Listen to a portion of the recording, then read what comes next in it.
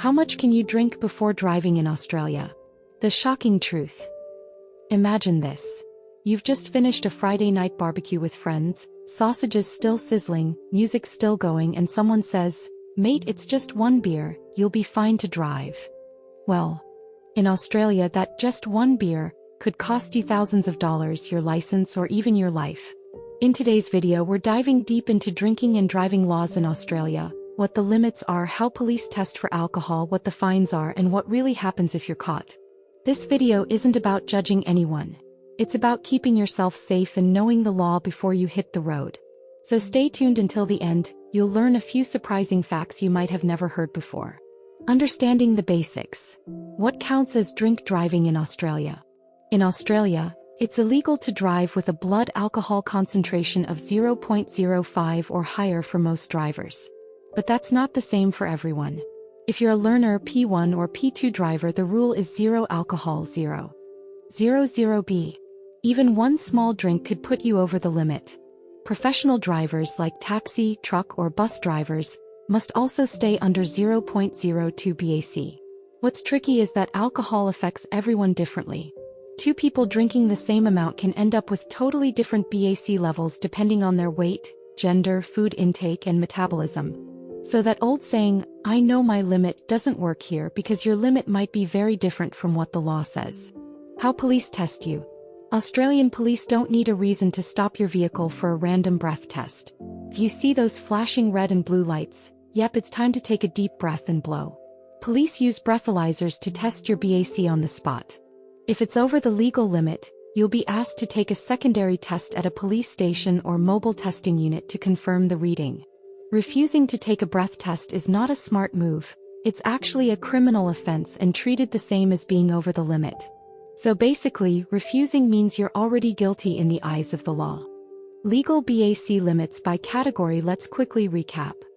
Full license holders, 0.05 BAC. Learners P1, P2, 0.00 BAC. Bus, taxi, truck drivers, 0.02 B. Even small drinks like a can of beer or a glass of wine can easily push you over 0.05, especially if you're drinking on an empty stomach. A common myth says, 1 drink per hour is safe. Nope, your body doesn't work on a clock. The safest rule? If you drink, don't drive.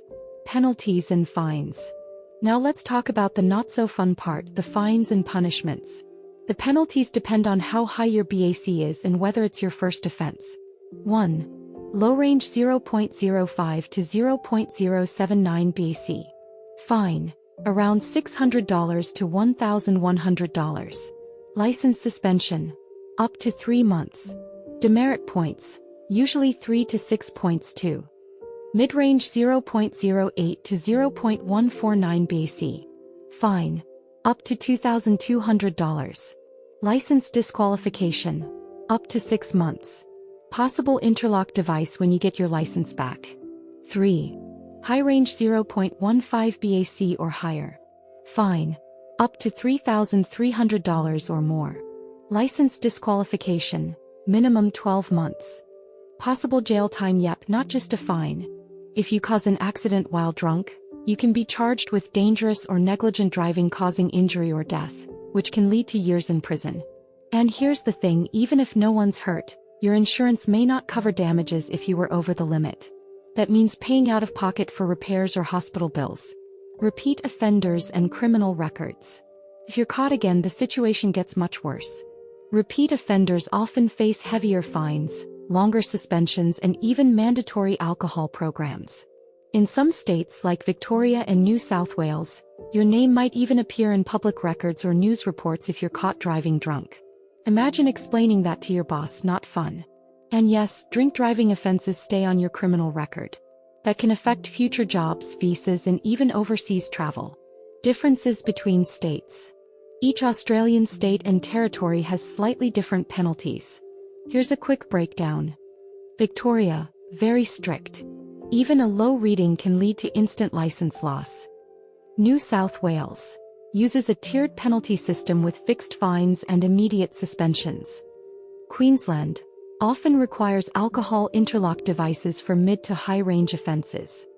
South Australia, Strong emphasis on education and rehabilitation programs. Western Australia and Northern Territory, high fines and potential imprisonment even for first-timers.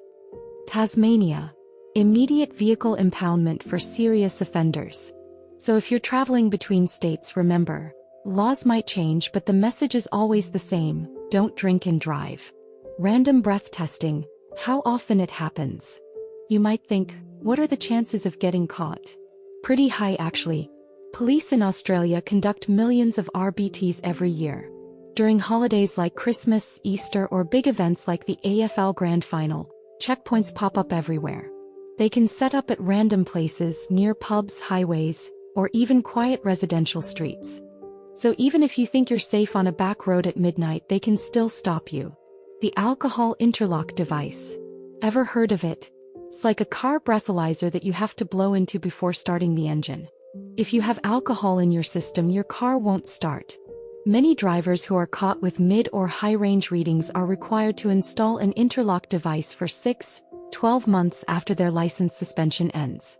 And you'll have to pay for the installation and maintenance yourself, around $2,000 total. Drug driving, a hidden danger. While today's topic focuses on alcohol, it's worth mentioning that drug driving is treated just as seriously. Police also conduct random saliva tests for drugs like cannabis, methamphetamine, and MDMA. The penalties are similar: fines, suspension, and in serious cases, criminal charges. So if you think you can avoid trouble by skipping alcohol but using something else, think again. Impact on your life. Let's be real, getting caught drink driving can completely flip your life upside down. You lose your license, which means losing your freedom, can't drive to work, can't drop your kids to school, can't even do grocery runs easily. Some jobs require a clean driving record, so you might lose career opportunities too. Then there's the social embarrassment, explaining it to your family, friends, or employer.